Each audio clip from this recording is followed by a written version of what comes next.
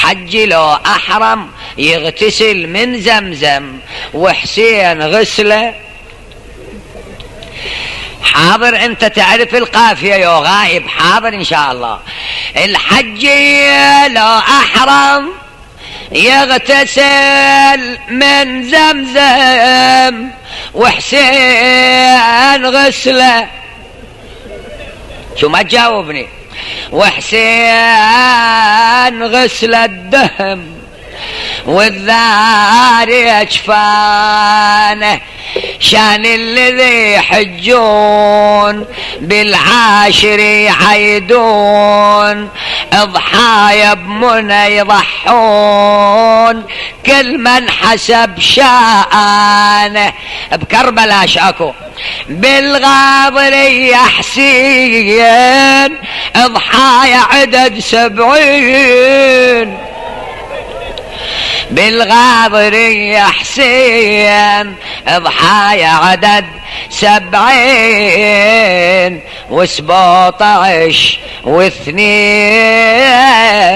من غير رضعانه. بعد شكو يا حجاج، شان الذي قصر، شان الذي قصر شعره ويقص اظفر، بجد القطع خنصير،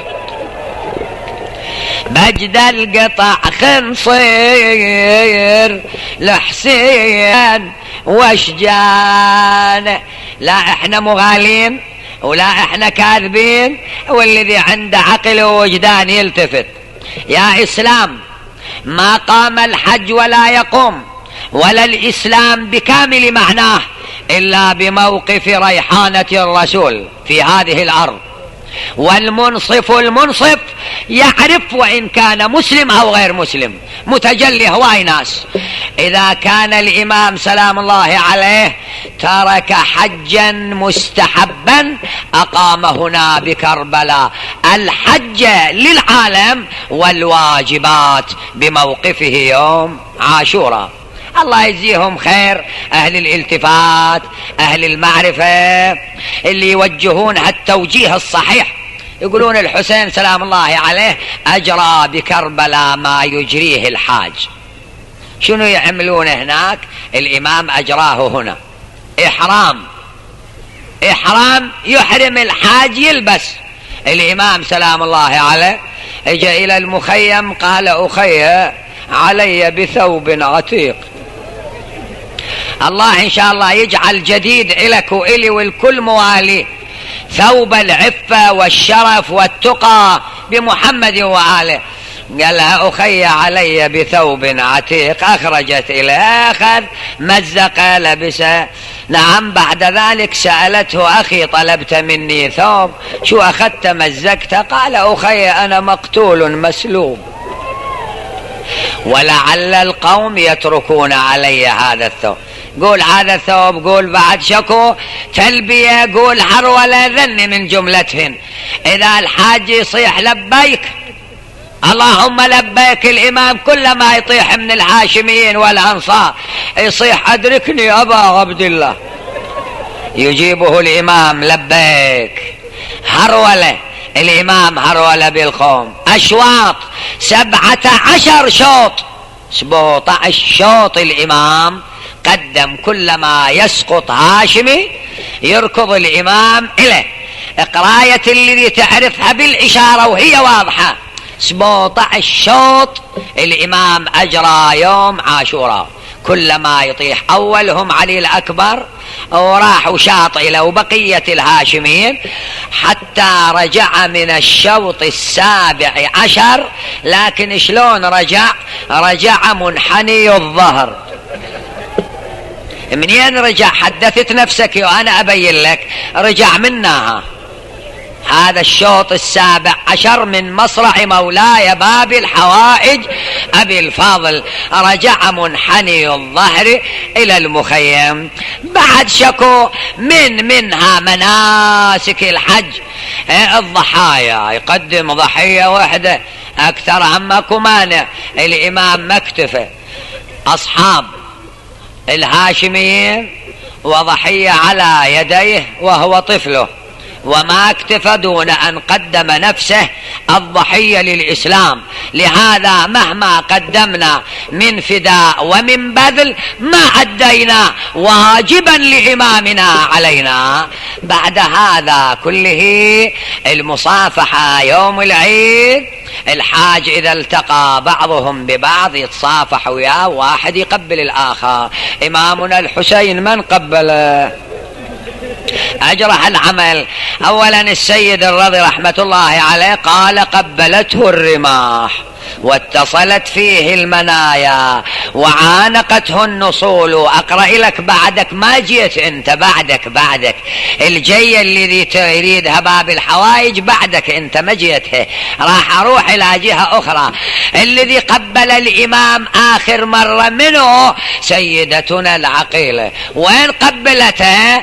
وضعت فمها على نحره المنحور، قبلت نحر أخيها. وبعد هذا توجهت وين؟ قبلت أخوها ووجهت وجه لأخوها. علما الباب الحوائج. صحت يا مشرد الرجالة ويمن. هذا انت يا الزاير خصوص، وجماعتنا الكربلايين هم يتهيجون. هاي شيالة تعرفها انت يا البحراني الحسائي، كأن السيدة تخاطب أبا الفاضل، تعاين الحسين على الرمضة، والخيل توجهت إلى الإمام وإلى خيمه، فتنخى أبو فاضل صيح يا مشرد الرجالة قوم الحضيدك شيله. توك يجي يا مشرد الرجالة قوم الحضيدك شيله لا تدوس الخيالة. يجي الله يرحمه حج زاير لما يشوف المصائب هذه كلها، الله يرحمك يا المؤمن اللي رحت إلى رحمة الله. هو يشهد العباس، ثم تدرون كأنه يتراوالي بالمجلس، فهذا رجل من الأتقياء كان يحب هالأبيات وهذني هم وقتهن هالأيام عيوني وشيء الذي يخرج من القلب يقع في القلب.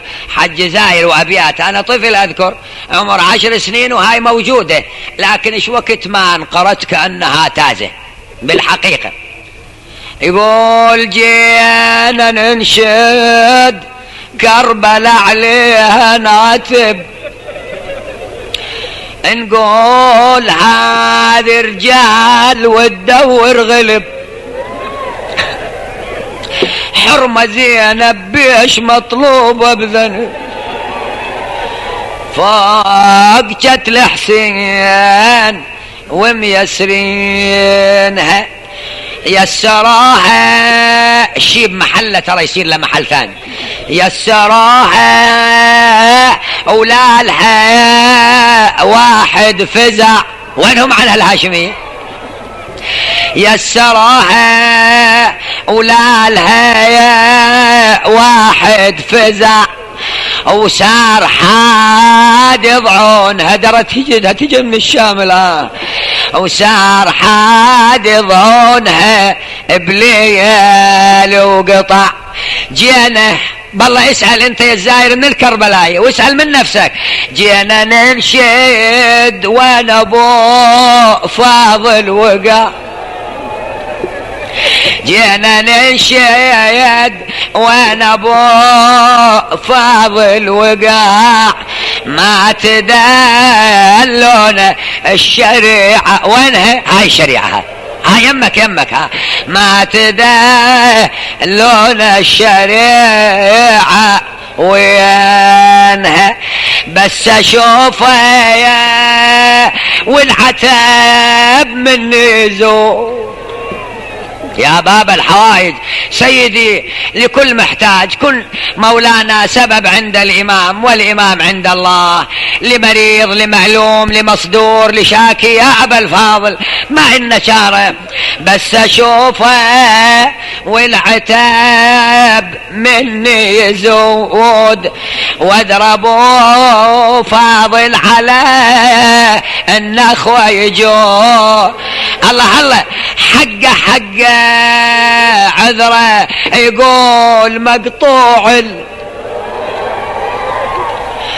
عذرة حق عذرة يقول مقطوع الزنود وحال ملك الموت بين وبينها أحمى الضائعات بعدك ضعنا في يد النائبات حسرى بوادي. يا الله اغفر لنا وارحمنا واعف عنا وبلغ بكرمك أمواتنا وأموات المؤمنين ثواب الفاتحة.